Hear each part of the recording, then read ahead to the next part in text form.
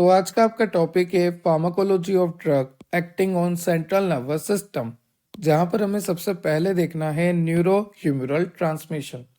Neuro humoral transmission में हम देखने वाले हैं न्यूरो ट्रांसमीटर के बारे में। तो आज के इस लेक्चर में हम समझेंगे कि न्यूरो ट्रांसमीटर क्या होता है और न्यूरो ट्रांसमीटर कब हमारी बॉडी में रिलीज होता है। तो देखो, दो न्यूरॉन के बीच में सपोज कीजिए यहाँ पर एक न्यूरॉन है, यहाँ पर एक न्यूरॉन है, दो न्यूरॉन के बीच में सिग्नलिंग कराता है न्यूरोट्रांसमीटर। न्यूरोट्रांसमीटर क्या करता है? दो न्यूरॉन के बीच में सिग्नलिंग कराता है। एक न्यूरॉन को दूसरे न्यूरॉन से मैसेज ट्रांसफर अगर करना है, ठीक है, तो न्यूरोट्रांसमीटर की मदद से करेंगे। तो न्यूरोट्रांसमीटर क्या होते हैं वो हम देखेंगे इस लेक्चर में। साथ ही साथ न्यूरोट्रांसमीटर रिलीज कब होते हैं और कैसे होते हैं, ठीक है। तो न्यूरोट्रांसमीटर क्या होते हैं और न्यूरोट्रांसमीटर रिलीज कब होते हैं और कैसे होते हैं, ठीक है। हाउ, कैसे रिलीज होते हैं ये हमें देखना है।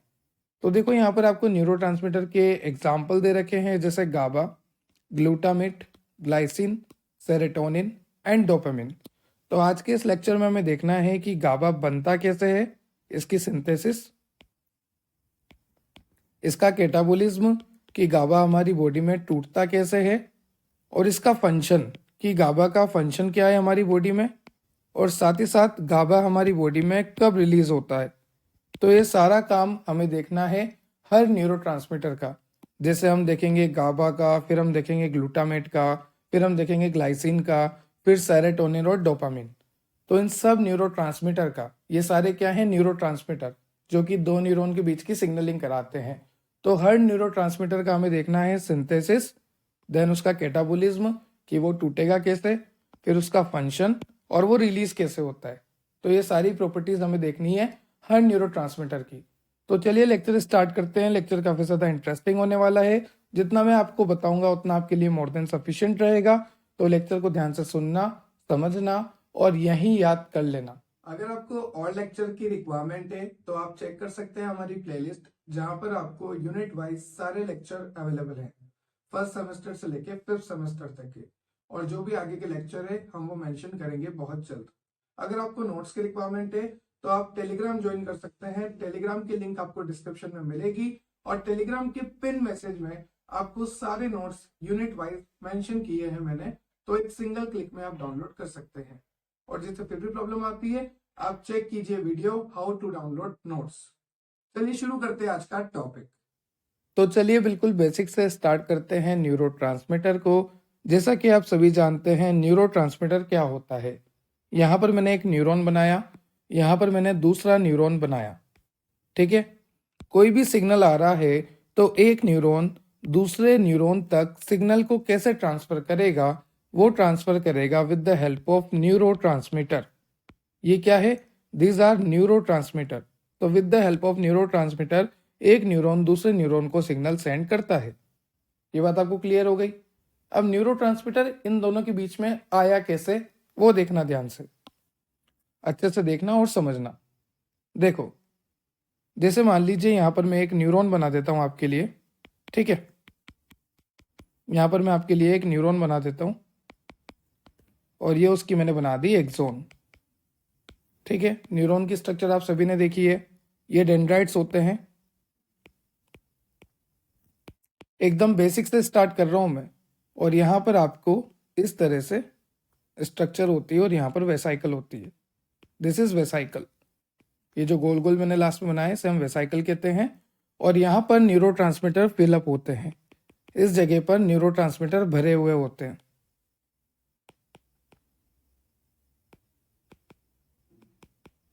ठीक है। यहाँ पर न्यूरोट्रांसमीटर होते हैं, हर वेसाइकल्स में क्या होते हैं? यहाँ पर न्यूरोट्रांसमीटर। तो जैसे ही सिग्नल आता है, सिग्नल सबसे पहले कहाँ आएगा? ये डेंड्राइट्स के ऊपर रिसेप्टर होते हैं, दिस इज रिसेप्टर। तो सिग्नल आता है रिसेप्टर पे, ठीक है। This is nucleus. और एक्सोन है तो एक्सोन के अंदर एक्सोप्लाज्म होता है। क्या होता है? एक्सोप्लाज्म। ये न्यूरॉन की स्ट्रक्चर है जो आपको पता होनी चाहिए। तो देखो सिग्नल कैसे आता है। सबसे पहले सिग्नल आता है और बाइंड होता है रिसेप्टर से। रिसेप्टर कहाँ पर होते हैं? डेंड्राइट्स पर। तो सबसे पहले सिग्नल आता है, सिग्नल रिसेप्टर से बाइंड होता है और रिसेप्टर जो है डेंड्राइट्स पर प्रेजेंट होते हैं। उसके बाद अंदर होता है इस स्ट्रक्चर के न्यूक्लियस, क्योंकि न्यूरॉन क्या है, एक सेल ही तो है, तो यहाँ पर न्यूक्लियस भी होता है, यहाँ पर इस तरह से साइटोप्लाज्म भी होता है। अब सिग्नल आया, सिग्नल रिसेप्टर से बाइंड हुआ, रिसेप्टर डेंड्राइट्स के ऊपर है। उसके बाद ये सिग्नल जो है एक्सोन में इस तरह से ट्रांसफर हो रहा है, आप देख सकते हैं एक्सोन में सिग्नल जो है ट्रांसफर हो रहा है। और जैसे ही सिग्नल इस टर्मिनल पे आता है, यहाँ पर लास्ट में आने वाला होता है, यहाँ से कैल्शियम चैनल ओपन होते हैं। जैसे ही सिग्नल टर्मिनल पे आता है, जैसे मान लीजिए ये एक्सोन था, एक्सोन में सिग्नल आ रहा है इस तरह से, और यहाँ पर क्या है, यहाँ पर वेसाइकल है। तो जैसे ही सिग्नल, ये रेड कलर से सिग्नल आगे बढ़ रहा है, जैसे ही सिग्नल इस टर्मिनल पोजीशन पे आता है, यहाँ पर कैल्शियम चैनल ओपन हो जाते हैं और कैल्शियम जो है न्यूरॉन के अंदर आने लग जाता है। कैल्शियम न्यूरॉन के अंदर कब आता है, जब सिग्नल आगे बढ़ते हुए टर्मिनल पे आता है, तो कैल्शियम अंदर आना शुरू हो जाता है। और कैल्शियम के अंदर आने की वजह से यहाँ पर जो वेसाइकल है, दिस इज वेसाइकल, और वेसाइकल के अंदर क्या होता है, न्यूरोट्रांसमीटर होते हैं। ठीक है, ये न्यूरोट्रांसमीटर है। तो जैसे ही सिग्नल आगे आता है, कैल्शियम चैनल ओपन होता है और कैल्शियम अंदर आना स्टार्ट होता है। यहाँ से कैल्शियम आया, यहाँ से भी कैल्शियम आया, और जैसे ही कैल्शियम अंदर आता है, वो क्या करता है, कैल्शियम इन वेसाइकल को धक्का देता है। ठीक है, इन वेसाइकल को फ्यूज करा देता है, और फ्यूज कराने के बाद क्या होता है, यहाँ से न्यूरोट्रांसमीटर जो है रिलीज हो जाते हैं। तो इस तरह से न्यूरोट्रांसमीटर रिलीज होते हैं। सबसे पहले सिग्नल आता है, रिसेप्टर से जुड़ता है, रिसेप्टर डेंड्राइट्स पे होते हैं, सिग्नल एक्सोन से होता हुआ आगे बढ़ता है। लास्ट में जैसे ही टर्मिनल पे सिग्नल आता है, कैल्शियम चैनल ओपन होते हैं, कैल्शियम अंदर आता है, और कैल्शियम जो है, हम यहाँ पर बोलेंगे, जो कैल्शियम अंदर आता है वो कैल्शियम फ्यूज होता है वेसाइकल से। और जैसे ही कैल्शियम फ्यूज होता है वेसाइकल से, वेसाइकल के अंदर के जो न्यूरोट्रांसमीटर है वो रिलीज हो जाते हैं। ठीक है, अभी ये तो मैंने एक न्यूरॉन बताया आपको। ठीक है, इसके बाद क्या होगा, जैसे मान लीजिए यहाँ पर एक न्यूरॉन है, तो इसके जस्ट आगे भी एक न्यूरॉन होगा। ठीक है, तो जैसे ही यहाँ पर ये सिग्नल, ये जो न्यूरोट्रांसमीटर रिलीज हुए हैं इस न्यूरॉन के थ्रू, न्यूरोट्रांसमीटर कब रिलीज होते हैं, जब कैल्शियम चैनल ओपन होता है, कैल्शियम अंदर आता है, कैल्शियम वेसाइकल से फ्यूज होता है, और वेसाइकल फ्यूज होकर न्यूरोट्रांसमीटर रिलीज कर देती है इस तरह से। तो जैसे यहाँ पर न्यूरोट्रांसमीटर रिलीज हुआ, अब ये न्यूरोट्रांसमीटर अगले न्यूरॉन पे जो डेंड्राइट्स है वहां पर जाके अटैच हो जाएगा। ठीक है सर, हमें यहाँ तक क्लियर हो गया कि न्यूरोट्रांसमीटर रिलीज हुए क्योंकि कैल्शियम चैनल ओपन हुआ। कैल्शियम चैनल ओपन होने की वजह से जो वेसाइकल थी वो फ्यूज हुई। और ये बात ध्यान रखना कि ये न्यूरॉन है, ये दूसरा न्यूरॉन है, इस न्यूरॉन में कैल्शियम चैनल ओपन होकर वेसाइकल फ्यूज होकर न्यूरोट्रांसमीटर रिलीज हुए, तो ये न्यूरोट्रांसमीटर दूसरे न्यूरॉन से जाके बाइंड होकर अपना सिग्नल आगे बढ़ाएंगे। बट ये न्यूरोट्रांसमीटर जिस जगह पे रिलीज हुए, ये दो न्यूरॉन के बीच का स्पेस जो है, इसे हम कहते हैं सिनेप्टिक लेफ्ट। ये सब आपने पढ़ा होगा। ठीक है, नहीं पढ़ा तो ध्यान रखना, दो न्यूरॉन के बीच के स्पेस को हम क्या कहते हैं, सिनेप्टिक लेफ्ट कहते हैं। ठीक है, तो यहाँ पर जो मैंने न्यूरॉन समझाया है, अगर इसके आगे दूसरा न्यूरॉन भी है, क्योंकि रहते हैं न्यूरॉन जो है इंटरकनेक्टेड रहते हैं, तो यहाँ पर जो बीच में गैप है ना दो न्यूरॉन के बीच में, इस गैप को, दो न्यूरॉन के बीच के गैप को हम क्या कहते हैं, सिनेप्टिक लेफ्ट कहते हैं। तो ये बात ध्यान रखना कि ये हो गया सिनेप्टिक लेफ्ट, जो कि दो न्यूरॉन के बीच का गैप है। तो इस तरह से न्यूरोट्रांसमीटर रिलीज होते हैं। ठीक है सर, हमें यहाँ तक सारा क्लियर हो गया। हम यहाँ पर खड़े हैं और हमने अच्छे से न्यूरॉन को देख लिया, न्यूरॉन की सिग्नलिंग देख ली, हमने ये देख लिया कि न्यूरोट्रांसमीटर वेसाइकल में होते हैं, कैल्शियम अंदर आने की वजह से फ्यूज होती है वेसाइकल, और न्यूरोट्रांसमीटर रिलीज होते हैं, और जहां पर रिलीज होते हैं उस जगह को हम कहते हैं साइनेप्टिक लेफ्ट, जो कि दो न्यूरॉन के बीच का स्पेस है। यहाँ तक आपको सारी बातें क्लियर हो गई। अब एक बात और, जो ये न्यूरोट्रांसमीटर रिलीज होते हैं ना, ये दो तरह से हो सकते हैं।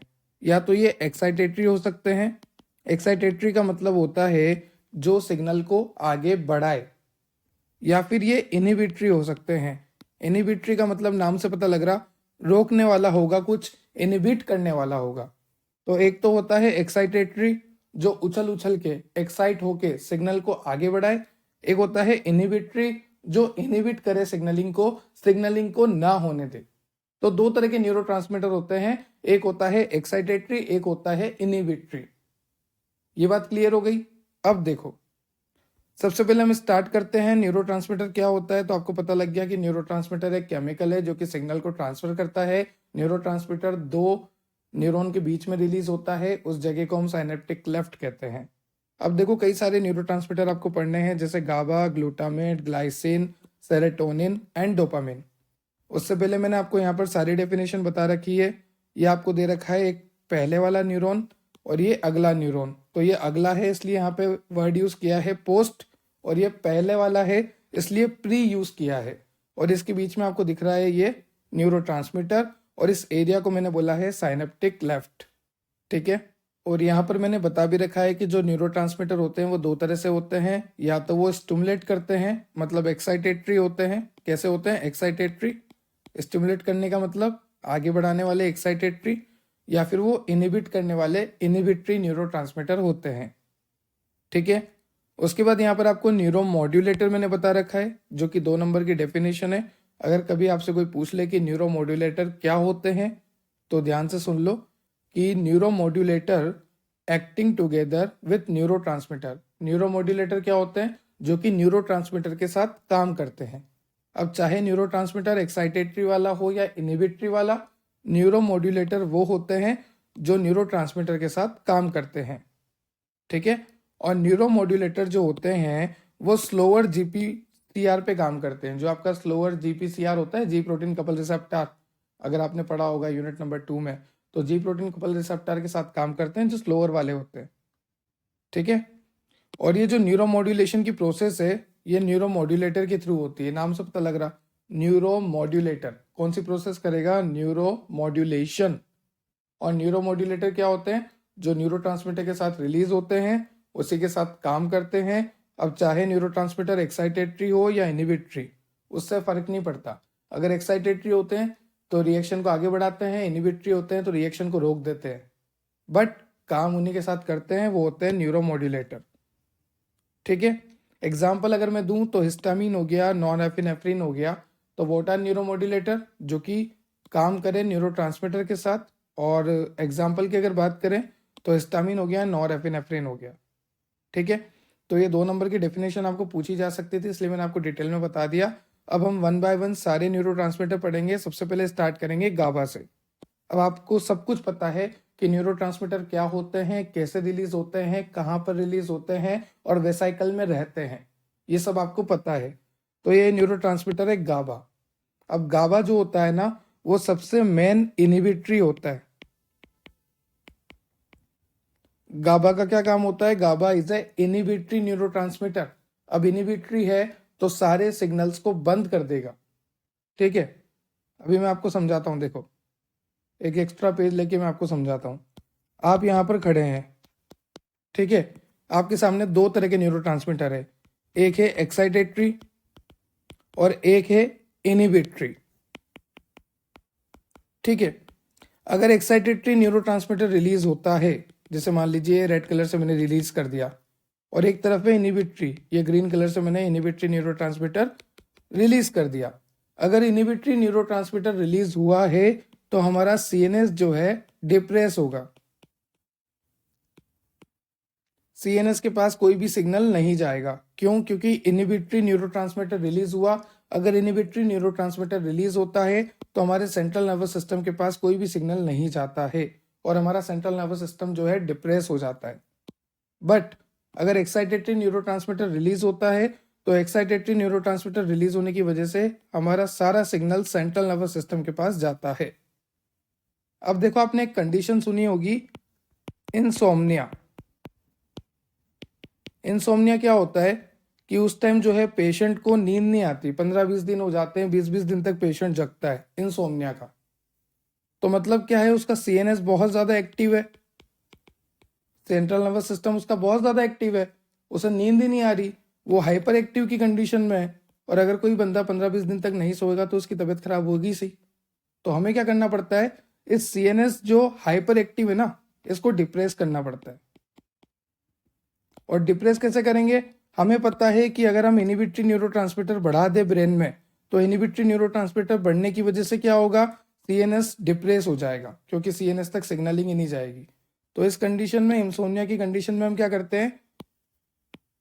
डायज़ेपाम, लोराज़ेपाम, बार्बिटूरेट्स, ये सब ड्रग्स है, इनको प्रीफर करते हैं। और ये क्या करते हैं? सीएनएस को डिप्रेस कर देते हैं। तो मैंने आपको समझाया कि दो तरह से न्यूरोट्रांसमीटर होते हैं, एक होता है एक्साइटेटरी, एक होता है इनहिबिटरी। जो एक्साइटेटरी होता है वो सारा सिग्नल सीएनएस के पास ले जाता है, और जो इनहिबिटरी होता है वो सीएनएस तक सिग्नल जाने ही नहीं देता, सिग्नल को बंद कर देता है, ब्लॉक कर देता है। अगर मैं एक एग्जांपल दूं इनहिबिटरी का, तो जब आपको एनेस्थीसिया लगाते हैं, जैसे मान लीजिए आपके दांतों में सड़न वगैरह है और आपको दांतों को रिप्लेस करना है, तो वहां पर डॉक्टर क्या करता है, लोकल एनेस्थीसिया लगाता है। अब आपको पता ही नहीं लगता कि वहां पर क्या हो रहा है, क्योंकि वो सुन्न पड़ जाता है एरिया। फिर आपके दांतों का जो भी आपको सर्जरी है छोटी मोटी वो करके डॉक्टर क्या करता है, लोकल एनेस्थीसिया दे देता है। तो उस टाइम तो आपको कुछ पता नहीं लगता, फिर धीरे धीरे दर्द होना शुरू होता है, क्योंकि धीरे धीरे वहां पे जो सुन्न पड़ा था वो सही होना स्टार्ट होता है। तो हमने क्या किया, हमने वहां के नर्व कंडक्शन को बंद कर दिया। हमने क्या करा, नर्व के कंडक्शन को बंद कर दिया। ठीक है, तो इस तरह से मैंने आपको बताया कि दो तरह से न्यूरोट्रांसमीटर होते हैं, एक्साइटेटरी, इनहिबिटरी। एक्साइटेटरी में सीएनएस तक सिग्नल जाते हैं और इनहिबिटरी में हम बंद कर देते हैं, सीएनएस को डिप्रेस कर देते हैं। ये बात क्लियर हो गई।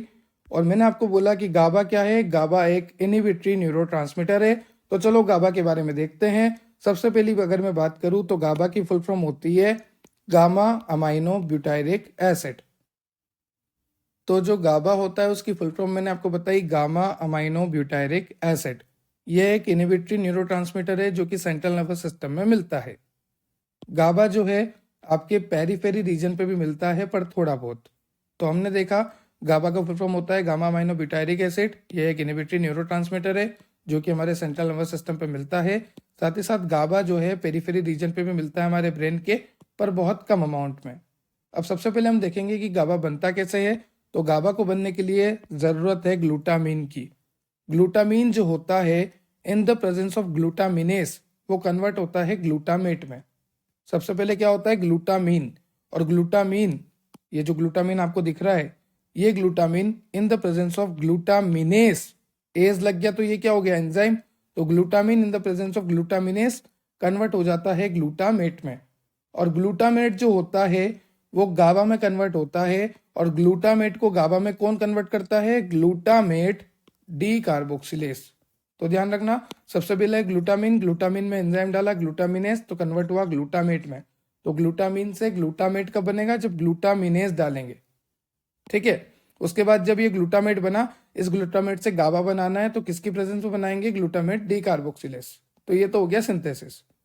ठीक है, कि गाबा हमारी बॉडी में कैसे बनता है, हमारे ब्रेन में कैसे बनता है। अब मेटाबॉलिज्म में देखो गाबा की, तो जो गाबा होता है उसमें हमें डालना होता है गाबा टी। डालना होता है मतलब ये नेचुरल प्रोसेस है, हमारी ब्रेन में चलता है। तो गाबा, गाबा टी की प्रेजेंस में कन्वर्ट होता है सक्सिनिक सेमी एल्डिहाइड, जिसको आप शॉर्ट में याद कीजिए SSA। और ये succinic semi aldehyde in the presence of succinic semi aldehyde dehydrogenase convert होता है सक्सीनेट में। तो इस तरह से गाबा का मेटाबॉलिज्म होता है। अब गाबा के दो रिसेप्टर है। जो गाबा न्यूरोट्रांसमीटर रिलीज होता है, जैसे मान लीजिए ये न्यूरोट्रांसमीटर रिलीज हो गया, ठीक है, तो ये आगे जाके बाइंड होगा। तो बाइंड होने के लिए इसको रिसेप्टर चाहिए। ये कौन सा न्यूरोट्रांसमीटर है, गाबा का। और ये आगे जाके बाइंड होगा, तो बाइंड होने के लिए इसके पास दो तरह के रिसेप्टर होते हैं, एक तो गाबा ए और एक GABA B. There are two type of receptor, GABA A and GABA B. ठीक है, अब देखो ये काम कैसे करता है, अच्छे से समझना। देखना यहाँ पर, जैसे ये न्यूरोट्रांसमीटर रिलीज हुआ, कौन सा न्यूरोट्रांसमीटर है, गाबा। आगे जाके ये किससे बाइंड होगा, ये बाइंड हो सकता है या तो गाबा ए से या गाबा बी से। ये गाबा ए गाबा बी क्या है, दिस आर रिसेप्टर। ये दोनों क्या है, रिसेप्टर है, आर से रिसेप्टर। तो न्यूरोट्रांसमीटर जो रिलीज हुआ वो रिसेप्टर पे जाके बाइंड होगा। अब जैसे ये बाइंड होगा ना, जैसे मान लीजिए गाबा जो है हमें पता है कि इनहिबिटरी न्यूरोट्रांसमीटर है, इनहिबिट करेगा। ठीक है, जैसे मान लीजिए गाबा जो न्यूरोट्रांसमीटर था वो गाबा ए से बाइंड हो गया। यहाँ पर गाबा ए रिसेप्टर है, this is GABA A receptor. ठीक है, इस गाबा ए रिसेप्टर से कौन आके बाइंड हुआ, गाबा, क्योंकि नाम से पता लग रहा गाबा ए का रिसेप्टर है, मतलब गाबा ही आके बाइंड होगा। और जैसे ही बाइंड होता है ना, इस न्यूरॉन में क्या होता है, क्लोराइड चैनल खुल जाते हैं। ध्यान से सुनना, जब गाबा न्यूरोट्रांसमीटर गाबा ए रिसेप्टर से बाइंड होता है तो उसी दौरान क्लोराइड चैनल खुलते हैं।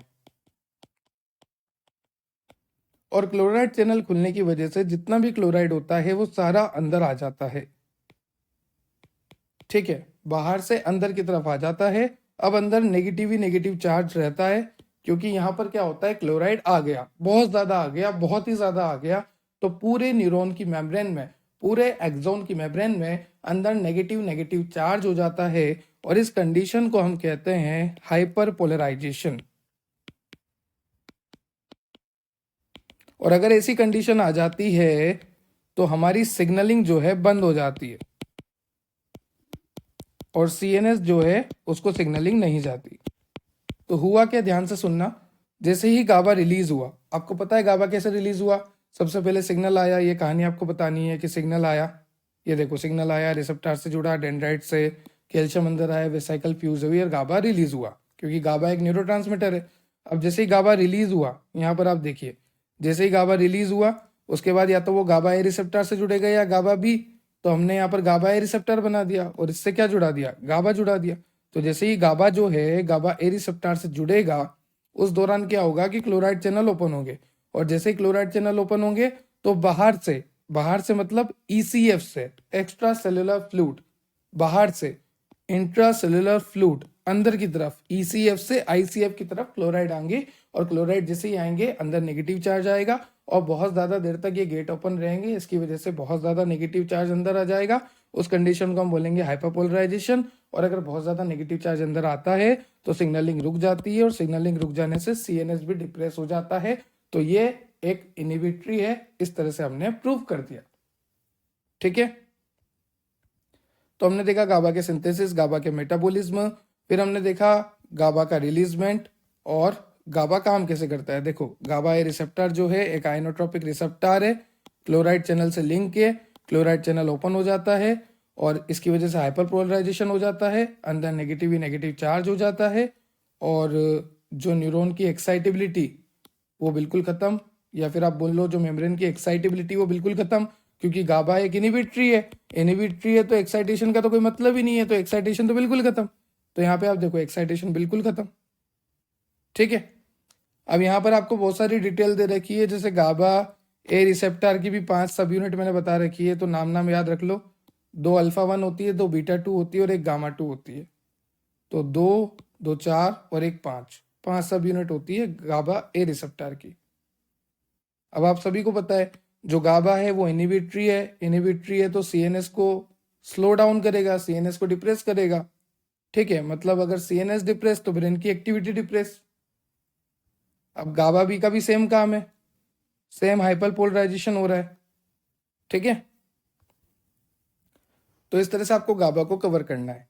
Now next is glutamate. अब जो ग्लूटामेट न्यूरोट्रांसमीटर होता है ना, वो ब्रेन में रिलीज होता है। देखो, न्यूरोट्रांसमीटर है तो सभी ब्रेन में रिलीज होंगे। In brain glutamate is synthesized in nerve terminal from 2 sources.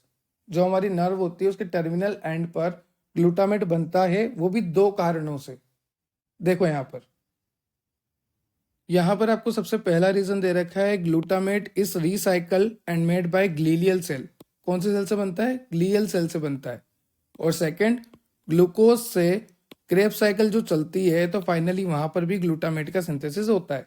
तो ग्लूटामेट एक तो ग्लियल सेल से बनता है, और एक ग्लूकोज के बाद क्रेब साइकिल, क्योंकि ग्लूकोज से ग्लाइकोलाइसिस चलेगी और ग्लाइकोलाइसिस के बाद क्रेब साइकिल चलेगी। ये सब आपने बायोकेमिस्ट्री में पढ़ा, और अल्टीमेटली वहां पर भी ग्लूटामेट का फॉर्मेशन हो ही जाता है। अगर आपसे पूछे कि ग्लूटामेट रिलीज कैसे होता है, तो आप सभी को पता है। वही सारी कहानी आपको रिपीट करनी है कि डेंड्राइट के पास सिग्नल आते हैं, डेंड्राइट के पास रिसेप्टर होता है, सिग्नल आगे बढ़ते हैं, एक्सोन में ट्रेवल होते हैं, जैसे सिग्नल टर्मिनल पे आते हैं वहां से कैल्शियम चैनल ओपन होते हैं, कैल्शियम अंदर आता है, जो वेसाइकल है वो वेसाइकल जो है उसके अंदर न्यूरोट्रांसमीटर है ग्लूटामेट, वो वेसाइकल जो है फ्यूज होती है और यहाँ पर न्यूरोट्रांसमीटर रिलीज होता है, और जिस जगह ये न्यूरोट्रांसमीटर रिलीज होता है उसको हम साइनेप्टिक लेफ्ट कहते हैं। तो ये सारी बातें आपको पता होनी चाहिए। और एक बात और खास बात है, जब ये न्यूरोट्रांसमीटर रिलीज होता है ना, जैसे मान लीजिए कैल्शियम अंदर आ रहा है, कैल्शियम अंदर आने के बाद ये वेसाइकल यहाँ पे फ्यूज होती हुई दिख रही है और ये न्यूरोट्रांसमीटर रिलीज होते हुए दिख रहा है। तो ये जो न्यूरोट्रांसमीटर रिलीज हुआ ना, ये बाहर की तरफ हुआ, बाहर निकला, तो बाहर निकलने को हम क्या कहते हैं, एग्जिट हुआ, बाहर निकला। तो यहाँ पर जो प्रोसेस हुई है उसको हम कहते हैं एक्सोसाइटोसिस, क्योंकि ये एग्जिट तो एक्सोसाइटोसिस की प्रोसेस से बाहर निकलता है। ठीक है, अभी देखिए, जैसे मान लीजिए यहाँ पर ये वेसाइकल बना रखी है और यहाँ से ये न्यूरोट्रांसमीटर रिलीज करते हुए दिखा रखे हैं। ठीक है, यहाँ पर आप चाहो तो कैल्शियम के चैनल भी बना लो, कैल्शियम आता हुआ भी दिखा दो। और जैसे ही ग्लूटामेट रिलीज होता है ना, अब जैसे मान लीजिए ग्लूटामेट रिलीज हुआ, ग्लूटामेट आगे जाके बाइंड होकर अपना एक्शन उसने दिखा दिया। अब थोड़ा बहुत ग्लूटामेट यहाँ पर बचा हुआ है, तो उसको वेस्ट थोड़ी ना होने देंगे। ग्लूटामेट को हम क्या कर लेंगे, रीअपटेक कर लेंगे। रीअपटेक का मतलब वापस ले लेंगे। जितना ग्लूटामेट ने काम करना था कर लिया, अब जो ग्लूटामेट बचा है उसे रीअपटेक कर लो, वापस ले लो। तो ग्लूटामेट को रीअपटेक करने के लिए यहाँ पर ग्लूटामेट के ट्रांसपोर्टर लगे रहते हैं। या फिर एक और पाथवे है जिसे हम कहते हैं EAATS, जिसका मतलब है एक्साइटेटरी अमाइनो एसिड ट्रांसपोर्टर। ये ट्रांसपोर्टर भी क्या करते हैं, वापस ले लेते हैं ग्लूटामेट को। तो ग्लूटामेट को वापस लेने के भी तरीके हैं, एक तो ग्लूटामेट का ट्रांसपोर्टर है, एक एक्साइटेटरी अमीनो एसिड ट्रांसपोर्टर है। इन दोनों की वजह से क्या होता है, जो बचा हुआ ग्लूटामेट है जो काम नहीं आया, ये वापस रीअपटेक हो जाता है। ठीक है, वापस वेसाइकल में जाके स्टोर हो जाता है। अभी देखो, जैसे गाबा के रिसेप्टर थे, गाबा ए एंड गाबा बी, तो यहाँ पर भी ग्लूटामेट के रिसेप्टर है 5 तरह के, जो कि आपको सिर्फ नाम याद रखने हैं। 5 तरीकों में से 3 तो होते हैं आइनोट्रोपिक रिसेप्टर और 2 होते हैं मेटाबोट्रोपिक रिसेप्टर। तो 5 तरह के रिसेप्टर होते हैं, 3 होते हैं आइनोट्रोपिक रिसेप्टर, 2 होते हैं मेटाबोट्रोपिक रिसेप्टर। तो जो 3 आइनोट्रोपिक रिसेप्टर होते हैं उसमें होता है NMDA, AMPA और काइनेट। तो हमने देखा ग्लूटामेट बनता कैसे है, क्रेब साइकिल वगैरह से बनता है, ग्लियल सेल से बनता है। उसके बाद ग्लूटामेट रिलीज कैसे होता है, फिर ग्लूटामेट रीअपटेक कैसे होता है, ग्लूटामेट के कितने रिसेप्टर होते हैं। अब देखो यहाँ पर ग्लूटामेट मेटाबोलाइज कैसे होता है। तो जो ग्लूटामेट है वो मेटाबोलाइज होता है हमारे TCA साइकिल में। TCA का मतलब होता है Krebs cycle, citric acid cycle. ठीक है, और दूसरा यहाँ पे मेटाबॉलिज्म दे रखा है कि ग्लूटामेट जो है इन the presence of glutamine synthase convert होता है ग्लूटामीन में। देखो यहाँ पे लिखा है ग्लूटामिन सिंथेस, सिंथेस का मतलब होता है बनाना। तो क्या बनाना, ग्लूटामीन को बनाना, इसलिए यहाँ पे क्या लिखा है, ग्लूटामिन सिंथेस। तो हमने बना दिया ग्लूटामिन। और हमने ग्लूटामिन किससे बनाया, ग्लूटामेट से। तो हमने ग्लूटामेट का यूज किया। ठीक है, ग्लूटामेट का यूज करके हमने ग्लूटामिन बना लिया। तो ये भी तो एक तरह से मेटाबोलाइज ही हुआ, ग्लूटामिन यूज हो गया यहाँ पे। तो यहाँ पर हमने क्या किया, ग्लूटामेट को, ये जो ग्लूटामेट आपको दिख रहा है, इस ग्लूटामेट को यूज करके बना लिया ग्लूटामिन। और किस एंजाइम की मदद से बनाया, ग्लूटामिन सिंथेस। जो बनाना है उसी का नाम लिख दो। ग्लूटामिन बनाना है तो ग्लूटामिन लिख के सिंथेस लगा दो। सिंथेस का मतलब होता है बनाना। और ये सब कहाँ चल रहा है, एस्ट्रोसाइट सेल में। तो ये ग्लूटामेट के बारे में टोटल इंफॉर्मेशन हो गई। अब नेक्स्ट है आपका न्यूरोट्रांसमीटर ग्लाइसिन। तो देखो, जो ग्लाइसिन होता है वो एक तरह से इनहिबिटरी न्यूरोट्रांसमीटर है। अगर वो इनहिबिटरी न्यूरोट्रांसमीटर है मतलब हमें पता है कि वो क्लोराइड चैनल को ओपन करेगा, हाइपर पोलराइजेशन करवाएगा, CNS को डिप्रेस करवाएगा, सिग्नलिंग को बंद करेगा। ये सब हमें पता है क्योंकि वो एक इनहिबिटरी न्यूरोट्रांसमीटर है।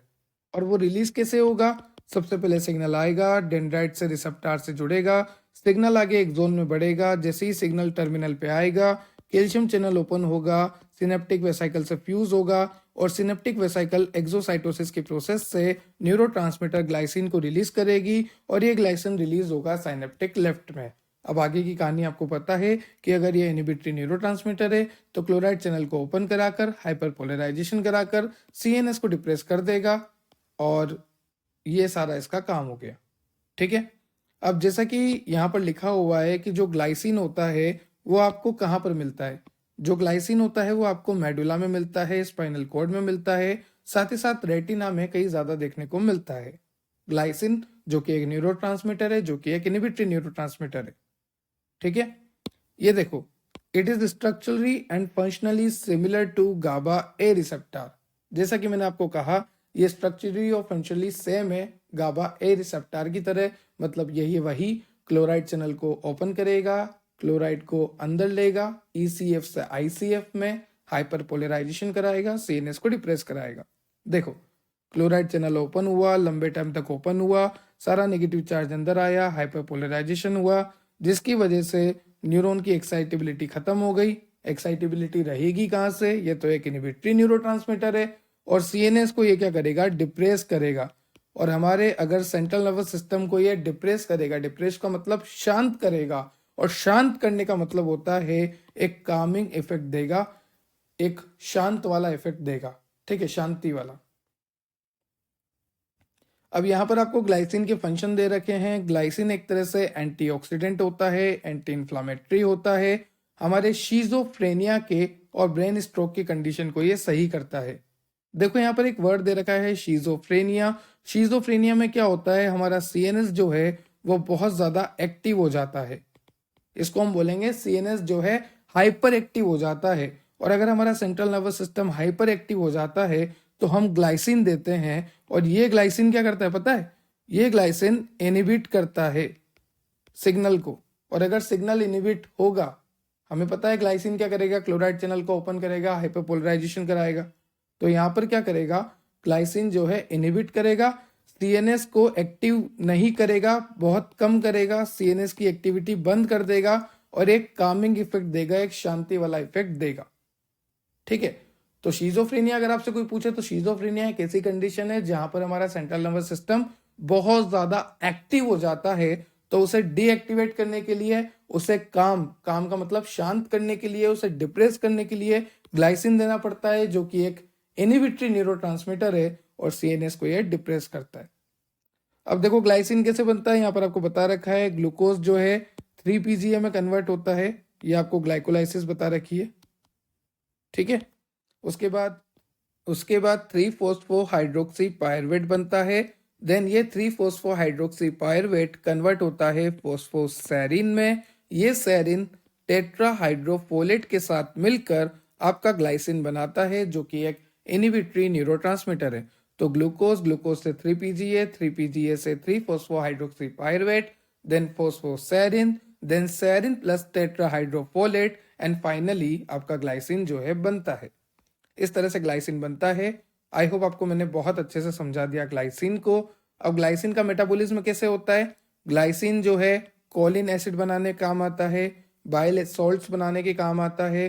ग्लाइसिन से सैरिन बनता है, सैरिन से पायरवेट, पायरवेट से ग्लूकोज, ग्लाइसिन से अमोनिया, अमोनिया से यूरिया। तो इस तरह से इसका मेटाबॉलिज्म होता है।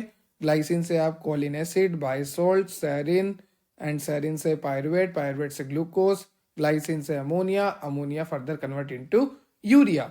इस तरह से ग्लाइसिन जो है आपका मेटाबोलाइज होता है, ठीक है। तो काफी ज्यादा देख लिया हमने ग्लाइसिन को, ग्लाइसिन का मेटाबॉलिज्म। उससे पहले देखा ग्लाइसिन का सिंथेसिस, ग्लाइसिन के फंक्शन, ग्लाइसिन रिलीज कैसे होता है, ग्लाइसिन सिंथेसिस कैसे होता है, स्टोर्ड कहाँ पे रहता है, सब कुछ हमने देख लिया। अब नेक्स्ट है आपका सेरोटोनिन। तो देखो सेरोटोनिन को आपने पहले भी पढ़ा है, बायोकेमिस्ट्री में सेकंड सेमेस्टर में मैंने आपको पढ़ा रखा है कि सेरोटोनिन को हम कहते हैं 5-हाइड्रोक्सीट्रिप्टामाइन, जो कि एक न्यूरोट्रांसमीटर है हमारे सेंट्रल नर्वस सिस्टम का, और ये एक पावरफुल वेसोकॉन्स्ट्रिक्टर है। वेसोकॉन्स्ट्रिक्टर का मतलब क्या होता है? वेसल को कॉन्स्ट्रिक्ट करके ये हमारा ब्लड का प्रेशर बढ़ाता है। तो जो सेरोटोनिन होता है उसको हम कहते हैं 5-हाइड्रोक्सीट्रिप्टामाइन। ये एक न्यूरोट्रांसमीटर है जो कि हमारे सेंट्रल नर्वस सिस्टम में मिलता है। ये एक पावरफुल वेसोकॉन्स्ट्रिक्टर होता है। ये हमारी बॉडी में कई जगह सिंथेसिस होता है, स्टोर्ड होता है, बट अगर लार्जेस्ट अमाउंट में मैं देखूं तो ये हमें मिलता है इंटेस्टाइनल म्यूकोसा में। तो ये सारी बातें आपको याद रखनी है कि सेरोटोनिन को हम 5-हाइड्रोक्सीट्रिप्टामाइन कहते हैं। ये एक न्यूरोट्रांसमीटर है जो कि सेंट्रल नर्वस सिस्टम में मिलता है। ये एक वेसोकॉन्स्ट्रिक्टर होता है। ये हमारी पूरी बॉडी में बनता भी है, स्टोर्ड भी होता है, बट अगर लार्जेस्ट अमाउंट में मैं देखूं तो ये हमें इंटेस्टाइनल म्यूकोसा में देखने को मिलता है। तो देखो जो आपका सेरोटोनिन होता है वो बनता कैसे है? सेरोटोनिन बनता है एक एसेंशियल अमीनो एसिड से जिसका नाम है ट्रिप्टोफेन। तो ध्यान रखना, ट्रिप्टोफेन से सेरोटोनिन बनता है। और अगर आपको सेरोटोनिन की कमी हो जाती है तो आपको हो जाता है डिप्रेशन। तो जो भी लोगों को डिप्रेशन होता है उनको सेरोटोनिन की कमी हो सकती है। मैं ये नहीं कह रहा कि सिर्फ सेरोटोनिन की कमी से ही डिप्रेशन होता है, क्योंकि डिप्रेशन भी कई तरह का होता है। अगर आपने पैथोफिजियोलॉजी पढ़ी है तो डिप्रेशन एक इंपॉर्टेंट टॉपिक है, वहां पर आपने पढ़ा होगा कई तरह का डिप्रेशन होता है। बट सेरोटोनिन की कमी होने की वजह से भी डिप्रेशन होता है, ये भी एक कारण है। तो सेरोटोनिन बनाता कौन है? ट्रिप्टोफेन। ट्रिप्टोफेन क्या है? ट्रिप्टोफेन एक एसेंशियल अमीनो एसिड है जो कि सेरोटोनिन बनाता है। साथ ही साथ अगर सेरोटोनिन की हमारे ब्रेन में कमी हो जाती है तो हमें डिप्रेशन हो जाता है। अब सेरोटोनिन बनता है ट्रिप्टोफेन से, तो आप देखो कैसे बनता है। सबसे पहले ये है ट्रिप्टोफेन, ठीक है। अगर आपको स्ट्रक्चर याद रखनी है तो ठीक है, मैंने इसलिए बना दी क्योंकि ये बायोकेमिस्ट्री में हमने पढ़ी है। देखो बेंजीन है, बेंजीन के साथ ये नाइट्रोजन का परिवार है, ठीक है। ये सिंपल से बेंजीन बनाना, बेंजीन के साथ इस तरह से नाइट्रोजन का घर बना देना, और नाइट्रोजन का घर मजबूत बनाने के लिए यहाँ पर एक डबल बॉन्ड लगाना। फिर ऐसे याद रखो, कार्बन कार्बन को अमोनिया दो, हो गया। देखो कार्बन कार्बन को का मतलब कार्बोक्सिलिक एसिड, और क्या देना है? अमोनिया सेकंड कार्बन पे, हो गया। ये बन गया ट्रिप्टोफेन। कोई बड़ी बात नहीं ट्रिप्टोफेन बनाना। बेंजीन बनाओ, नाइट्रोजन का घर बनाओ, डबल बॉन्ड लगाओ, कार्बन कार्बन को अमोनिया दे दो। अब यहाँ पर क्या होता है? ट्रिप्टोफेन से हमारा बनता है 5 हाइड्रोक्सी ट्रिप्टोफेन। देखो ट्रिप्टोफेन से क्या बनता है? 5 हाइड्रोक्सी ट्रिप्टोफेन। तो नाम से पता लग रहा कि 5 पोजीशन पे हाइड्रोक्सी ग्रुप जोड़ना है, बाकी ट्रिप्टोफेन तो ट्रिप्टोफेन ही है। तो यहाँ पर आप देखो ये है 5th पोजीशन, दिख रही है आपको? This is 5th position. तो इस 5th पोजीशन पे हमने हाइड्रोक्सी ग्रुप जोड़ दिया और बोल दिया 5 हाइड्रोक्सी ट्रिप्टोफेन। कोई बड़ी बात नहीं है, ट्रिप्टोफेन पूरा हम बना देंगे, बस 5th पोजीशन पे OH जोड़ देंगे तो ट्रिप्टोफेन से बन गया 5 हाइड्रोक्सी ट्रिप्टोफेन। और इस रिएक्शन में क्या हो रहा है? ऑक्सीजन आ रहा है, पानी निकल रहा है, और H4 माइनस आ रहा है और H2 माइनस बन रहा है। और एंजाइम का हमारा है ट्रिप्टोफेन हाइड्रोक्सिलेज। जो ट्रिप्टोफेन है वही लिख दो, और जोड़ना क्या है? Hydroxyl group, OH group 5th position पे। तो एंजाइम कौन सा लेना पड़ेगा? हाइड्रोक्सिलेज। अब जो यहाँ पर 5 हाइड्रोक्सी ट्रिप्टोफेन बना है, इसमें से आपको CO2 निकालना है। CO2 निकालने को हम डी कार्बोक्सिलेशन कहते हैं। और CO2 निकालोगे तो ये CO2 दिख रही है आपको? ये जो कार्बोक्सिलिक ग्रुप लगा था ना, COO, ये निकाल दो। और जैसे ये निकालोगे बन गया आपका सेरोटोनिन। इतना तो आसान था। सबसे पहले ट्रिप्टोफेन, वहां पर 5th पोजीशन पे OH लगा दो, उसके बाद यहाँ पे जो CO2 है, इस CO2 को निकाल दो, और जैसे ही CO2 को निकालोगे ये बन गया आपका सेरोटोनिन। अब रिलीज कैसे कराना है वो तो आपको पता है, वेसाइकल में स्टोर होता है। कैल्शियम को खोलो, कैल्शियम अंदर लाओ, वेसाइकल को फ्यूज कराओ, एक्सोसाइटोसिस की मदद से साइनेप्टिक क्लेफ्ट में रिलीज करवा दो। और ये जो सेरोटोनिन है ये माओ की प्रेजेंस में, माओ का मतलब होता है मोनो अमीन ऑक्सीडेस, माओ की प्रेजेंस में 5 हाइड्रोक्सी इंडोल एसीटेट में कन्वर्ट होता है। ये इसका मेटाबॉलिज्म है कि सेरोटोनिन हमारी बॉडी में टूटता कैसे है। तो serotonin in the presence of MAO convert होता है 5 हाइड्रोक्सी इंडोल एसीटेट में, और in the presence of O methyl transferase ये बनाता है मेलेटोनिन। तो ध्यान रखना, जो मेलेटोनिन होता है ना वो भी सेरोटोनिन से बनता है। देख लो, ये जो मेलेटोनिन है ना वो किससे बनेगा? सेरोटोनिन से, ठीक है। अब यहाँ पर लास्ट न्यूरोट्रांसमीटर आपको दे रखा है डोपामिन। जो डोपामिन होता है वो एक न्यूरोट्रांसमीटर है, आपके CNS में मिलता है। रिलीज कैसे होता है आपको पता है? डेंड्राइट्स पे रिसेप्टर होते हैं, सिग्नल आता है, सिग्नल आगे बढ़ता है, एक्सोन में जाता है। जैसे ही सिग्नल टर्मिनल पे आता है कैल्शियम चैनल ओपन होते हैं, सिनेप्टिक वेसाइकल जो है फ्यूज होती है, और जैसे ही वेसाइकल फ्यूज होती है वहां पर किस प्रोसेस से होगी? एक्सोसाइटोसिस से, और न्यूरोट्रांसमीटर रिलीज होता है साइनेप्टिक क्लेफ्ट में। और कौन सा न्यूरोट्रांसमीटर है यहाँ पर? डोपामिन है, ठीक है। और डोपामिन एज वेल एज एक हार्मोन भी है। न्यूरोट्रांसमीटर तो है ही सही, साथ में साथ एक हार्मोन भी है, ठीक है। इसके कई सारे रोल होते हैं हमारी बॉडी फंक्शन में, जैसे यूफोरिया, सुख का आभास देना, कौन देता है? डोपामिन। हमारी मूवमेंट को कंट्रोल करना, मेमोरी को कंट्रोल करना, मोटिवेशन को कंट्रोल करना, हमारे जो मोटर मूवमेंट है, कंट्रोलेबल मूवमेंट है जो हमारे, उनको कंट्रोल करना। ठीक है सर, हमें यहाँ तक क्लियर हो गया कि जो डोपामिन है वो न्यूरोट्रांसमीटर है, एक हार्मोन भी है, और हमारे बॉडी फंक्शंस को कंट्रोल करता है, जैसे हमारी मूवमेंट को, मेमोरी को, मोटिवेशन को, मोटर कंट्रोल को और यूफोरिया को, ठीक है। अब इसका हाई लेवल या इसका लो लेवल होना, डोपामिन का बढ़ना या डोपामिन का कम होना, दोनों की वजह से हमें कई सारी प्रॉब्लम्स हो सकती है।